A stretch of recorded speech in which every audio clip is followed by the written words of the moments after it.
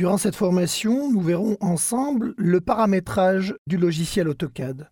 Nous allons voir comment gérer les chemins et les emplacements de fichiers. Nous verrons aussi comment paramétrer les différentes options de tracé et de publication.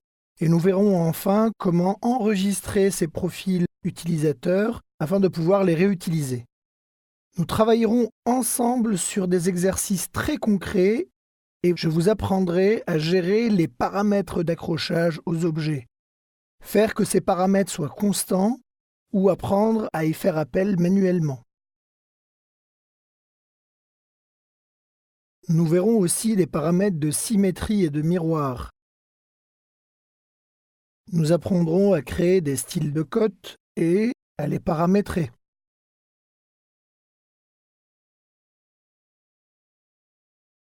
Nous apprendrons aussi à créer des calques et à gérer leurs paramètres. Nous verrons aussi dans cette vidéo la gestion et la création des blocs. Nous verrons comment créer des blocs avec des options de visibilité afin de pouvoir changer un bloc sans devoir pour autant en créer plusieurs.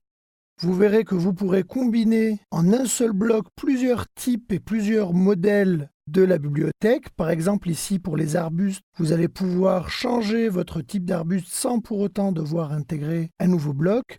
Et ici, avec les options de consultation, changer le type de bureau ou de table que nous avons sans pour autant devoir créer 4 voire plusieurs modèles de bureau.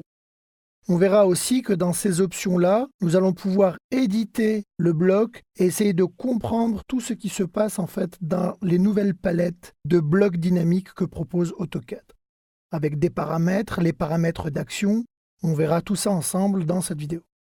Nous apprendrons aussi à travailler avec les attributs de blocs. La possibilité d'attribuer à un bloc un certain nombre d'informations, comme ici par exemple le nom de la société, le nom de la personne qui occupe le bureau, son numéro de téléphone ainsi que le numéro de son bureau, extraire tous ces paramètres-là dans un tableau que vous pourrez exploiter par la suite, par exemple un tableau Excel. Nous verrons aussi l'aspect des références externes, à savoir charger, décharger et recharger une référence externe. Nous apprendrons à les gérer, à les afficher afin de pouvoir travailler avec sur l'espace objet, mais aussi à prévoir une présentation avec plusieurs fichiers insérés en tant que référence externe dans un fichier principal.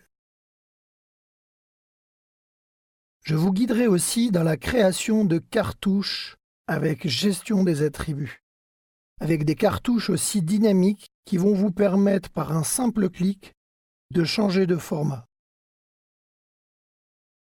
voire d'étirer le cartouche à une longueur ou une dimension voulue. Durant cette formation, nous verrons ensemble les systèmes de coordonnées utilisateurs et systèmes de coordonnées générales. Vous allez pouvoir, par de simples clics, modifier votre vue à l'aide de raccourcis clavier, tourner la vue comme vous le souhaitez selon les directions que vous aurez choisies. Nous apprendrons ensemble la gestion des présentations, mais aussi des objets annotatifs comme les cotations et les textes. Vous le voyez ici, par exemple, nous avons 2 dessins qui sont à 2 échelles différentes alors que les cotations et les textes sont à la même taille. Et nous irons en profondeur dans la palette des propriétés et travaillerons pratiquement sur toutes les options que propose cette palette. Nous allons aussi apprendre à créer des bibliothèques d'objets et voir comment récupérer d'un dessin les blocs, les calques, les présentations ainsi que les styles que vous aurez créés. Je vous apprendrai aussi à enregistrer et créer un gabarit de dessin qui deviendra en fait votre modèle de référence, modèle avec lequel vous commencerez tous vos dessins. Nous parlerons enfin des fichiers d'échange AutoCAD et verrons comment, par exemple, exporter un dessin en document PDF. Nous travaillerons sur les différentes options d'export.